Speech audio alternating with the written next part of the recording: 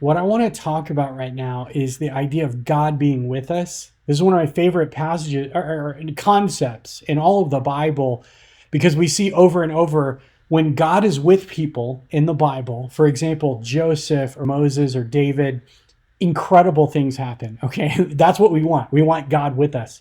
God was with Joseph while Joseph was in prison.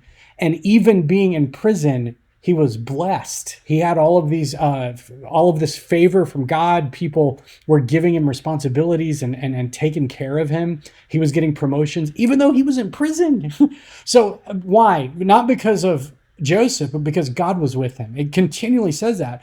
God blessed Joseph because God was with him. God was with David, the king of Israel, and God blessed the things that David did every time he went to battle, every time he was making a decision in the kingdom. God was blessing him because he was with him. God was with Moses. That's what we want. We want God with us, okay? We don't want to have to face our days by ourselves. Now you have to understand something. God is powerful. He's all powerful. He's everywhere. But the thing is that there's a concept in our world called sin, and sin causes separation from God. In fact, I'll dive into this a lot more later. But for now, sin is separation from God. That's one of the literal meanings about it. And I'm not going to get too much into that today, but you have to understand because of sin, it's possible that we live our lives separated from God, even though God is everywhere, and even though God sees everything, and even though God knows everything. It's possible that we're absent from his presence, okay? And we don't want that. We want God with us. Now, the thing that we have to understand is we can be kept from God by having something between us and God. And the way the kingdom of God works is that when we have an offense or when we have a sin or a wrongdoing that isn't paid for, we can't have God with us because we have something that's imperfect. We have something about us that is an imperfection, and it causes a block between us and God, okay? Now, I'm saying all of that to help you to understand it's possible by believing the wrong things to keep your life separated from God when you could be living with God with you all the time. So if you want God to be with you, which means everything's just blessed, things work easy, your relationships are better, you act differently, you act more like him, your job is blessed, your marriage is blessed, your relationship with your children is blessed, your relationship with your parents is blessed, everything about your life is blessed because God is there the way that he was with Moses and Joseph, then it's really, really important that we don't mess that up. And it is possible to mess it up.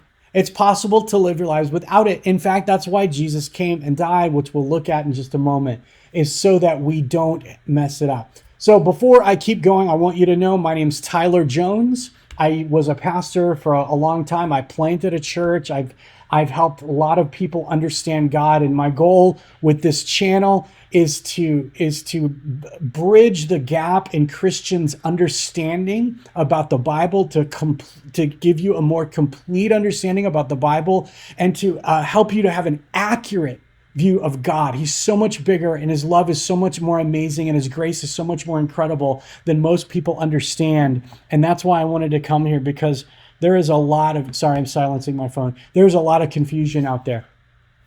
So having said that, the concept that we need to understand in order to understand that there's nothing at all between you and God is called righteousness. And this is an interesting word because we don't use that word. Only for a little bit in the 80s, people were calling things righteous. But outside of that, I don't look at somebody and say, things are not righteous between us. But that's how it is with God. We need righteousness, which essentially means there's nothing between you and God. Everything is cleared. There's nothing that is imperfect at all in your relationship, in your connection between you and God. Now, if you've ever used Wi-Fi, if you've ever tried to stream something, for example, your connection can get interrupted, and that happens because there's hiccups there's interference that comes into your room. Sometimes electrical signals from appliances can interrupt your signal. Sometimes other people's Wi-Fi routers can interfere with yours, and it causes a disruption in the signal. Sometimes a wall is between you and the router, and it makes the connection between you difficult. Well, think of your walk with God like that. You want nothing between you and him. You want nothing contaminating the signal between you and him. Because with God, it's either 100% or 0%. The tiniest imperfection causes him to not be able to be there because he's absolutely perfect and absolutely holy. He can't dwell with imperfection at all, okay? And that's really important to understand because a lot of people think, oh God, I've been pure in my thoughts. Therefore, things are good between me and you. And God's saying, no, there's a lot more than just pure thoughts that are required out of my law. So if you are going to point to how pure you are as the reason things are okay between me and you, you're overlooking a lot of things that make you not okay with me. So to start, let's go to the book of Romans, and I want us to explore this concept that is presented here because this passage in Romans 3 is vital. It's vital to understand for anybody who wants to serve God. You need to be familiar with what it talks about in Romans 3. I've got to lean to the side here. Okay, Romans 3, starting in verse 19. Now we know that whatever the law says, so the law was God's way of telling us, these are the things I want you to do. Whatever the law says, it says to those who are under the law, that every mouth may be stopped and all the world may become guilty before God. Now, this is important because a lot of people think the law is how we become not guilty, right? We obey the laws, such as don't lie. People think, I'm honest, therefore I'm pleasing to God. No, the law makes us guilty before God, not right with God. Why? Because we can't keep it. Why can't we keep it? Because our flesh is weak. And it's important to understand that. Jesus himself said the spirit's willing, but the flesh is weak. Paul said in the book of Romans, the will is present with me, but how to perform what is good, I don't find. The ability to do it isn't there. The desire to do it is there. We want to do the things that God said, but we can't because our flesh is weak. That's why the law keeps us from God. The law is our enemy because we can't do it. But the enemy's trick is to come in and think, wait a minute, you can't do all of it, but you can do this one. You can be pure in your thoughts. You can not get drunk. You can not be worldly. That's a big one that a lot of people say. I'm not worldly. Therefore, things are okay between me and God. But what we need to understand is righteousness means there's no imperfection of any kind at all. There's not even a slight, tiny little disruption in any way between you and God. That's what righteous means. Totally and completely in every way, totally pure between you and God. Now, verse 20 says, therefore, by the deeds of the law, no flesh. How many types of flesh? No flesh will be justified in his sight, for by the law is the knowledge of sin. Not by the law comes righteousness, but by the law is the knowledge of sin. Not by the law comes innocence, but by the law comes guilt. Okay, the law makes us guilty, and it exposes how inadequate our efforts are. Our works cannot be the thing that make it right between us and God. Okay, if God wasn't God, if he were just some man and his standards were super low, yeah, you could point to the fact that you've been pure in your thoughts. That would be enough. But with God, it can't be enough because he's absolutely holy. He's absolutely pure. So when he needs us to be righteous, he needs there to be nothing between us and him. Totally clear and totally pure. So that means the law can never do it. And right now when you're listening to this, a lot of people think, well, yeah, you're talking about the Old Testament law. No, the deeds of the law means anything you point to at all as works, as effort that you did of your flesh. If you did it, if it's an effort, if it's a work, most likely the reason that you think it's pleasing to God is there's a law about it.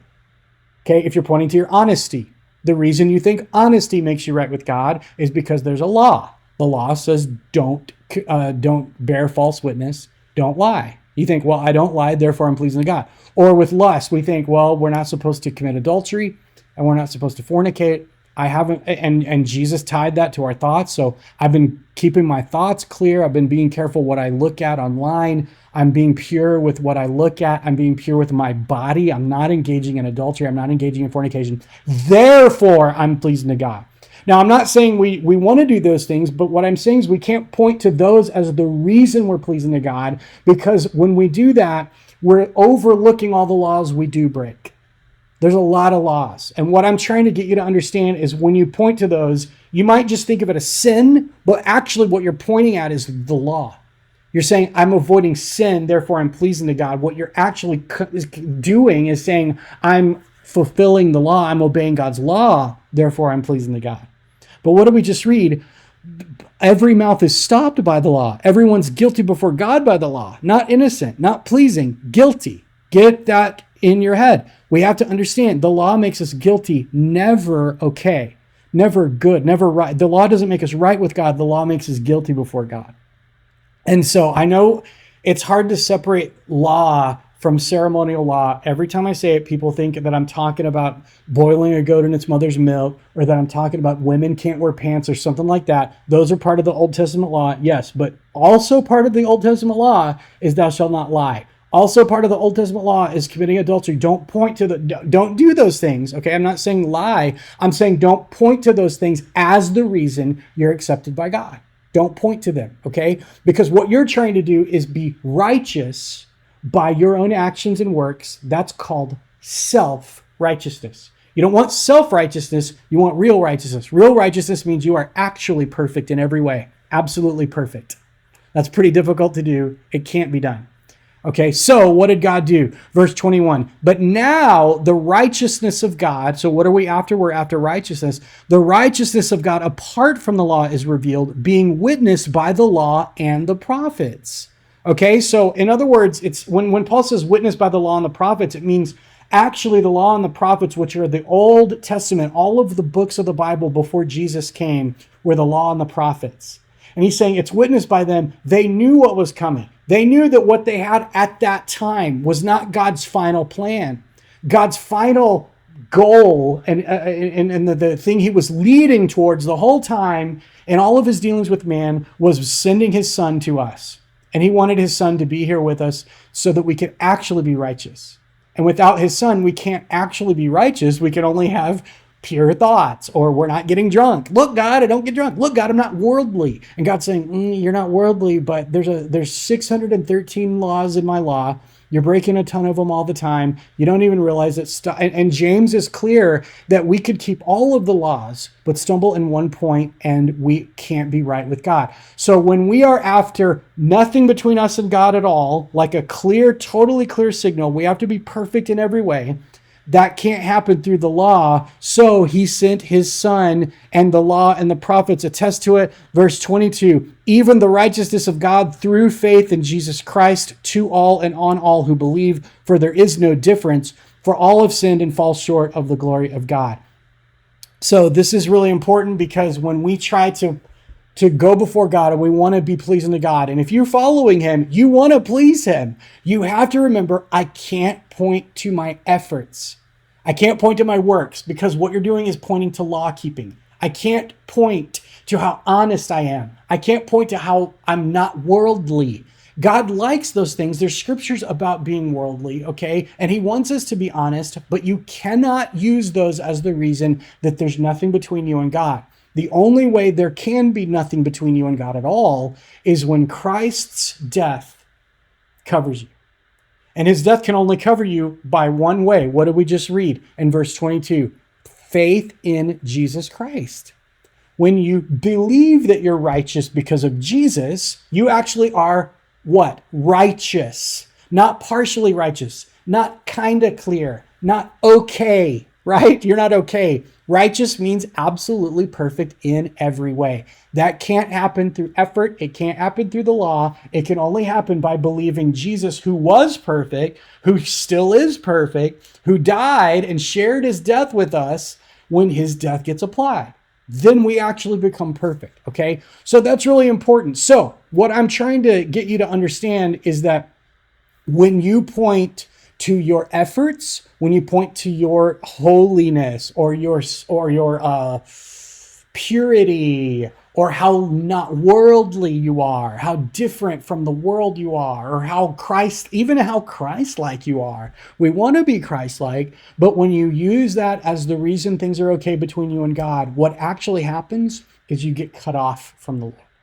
You've made yourself unrighteous by pointing to the works of your flesh. And that's really important. And people don't understand righteousness in this way. They think righteousness is kind of like asking forgiveness or something like that. No, righteous means there's never been anything wrong at all between you and God. Everything's totally paid for. Everything's totally in the clear. Absolutely everything. That can't happen unless you believe that you are righteous and it's because of Jesus, okay? So one more passage that I want to look at really quickly.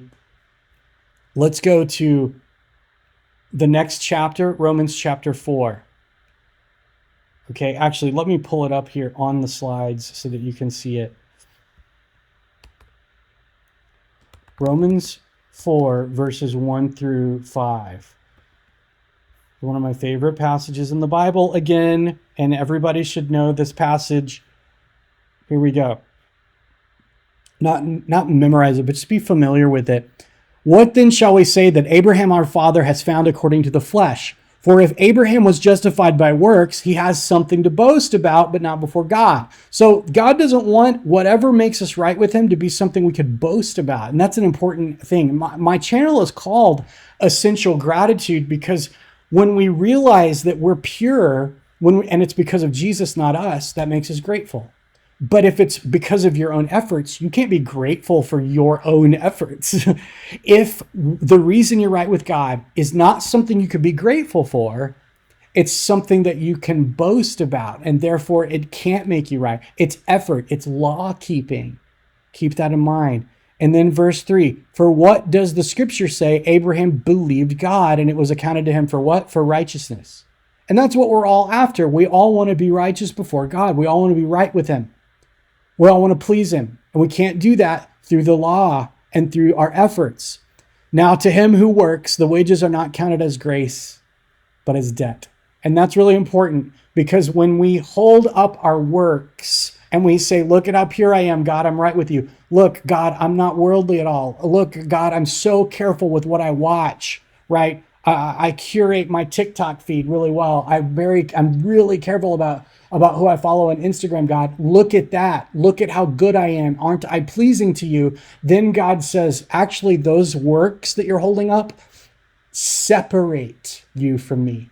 They make you unrighteous because you don't realize it, but underneath that, the reason that you think it's important to not be worldly is because you believe you're under a law that requires you to not be worldly. The reason you believe that you shouldn't get drunk is you believe that you're under that law that you should not get drunk. That is a law. But when you believe you're under it, okay, you no longer believe that you're righteous because of Jesus. You believe you're righteous because you don't get drunk.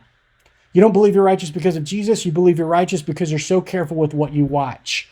So if you want God to be with you, completely give up the idea that you have to earn God. Don't think that you have to earn him. You don't have to earn his love. You don't have to earn his forgiveness. You don't have to earn him being with you. If you want God to be with you, believe that you're righteous because of Jesus and believe that he's pleased with you because you love him, not because you're not worldly.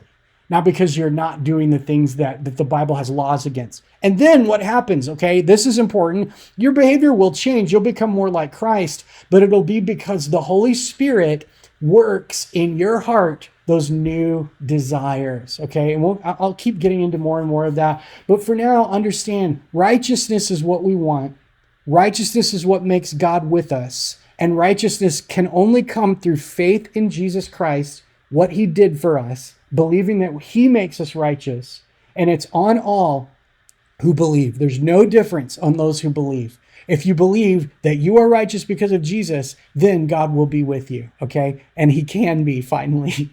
So that's the takeaway that I want everybody to remember today. Stop believing you have to earn God being with you. The moment you think you have earned it, he can't be with you. He won't be with you because you have put a blockage between you and him, which is your self-effort. Imagine your Wi-Fi signal has a wall now between you and the router, and that wall is your own efforts and your own ability to have God be with you. So that should bring incredible peace and incredible freedom to you, to know that God knows you can't earn it. He knows how weak your flesh is. So he offers you faith in his son Jesus in exchange for you having to be perfect and keep all of the law. And then let the Holy Spirit change your desires and give you those desires to be pleasing to him, to remove the evil desires that are in us, because he does that when we finally believe we're righteous because of Jesus. And we'll get into more of that on this channel. So subscribe, keep watching. My goal is for you to understand how to know God, how to serve him, and how to have him with you all the time.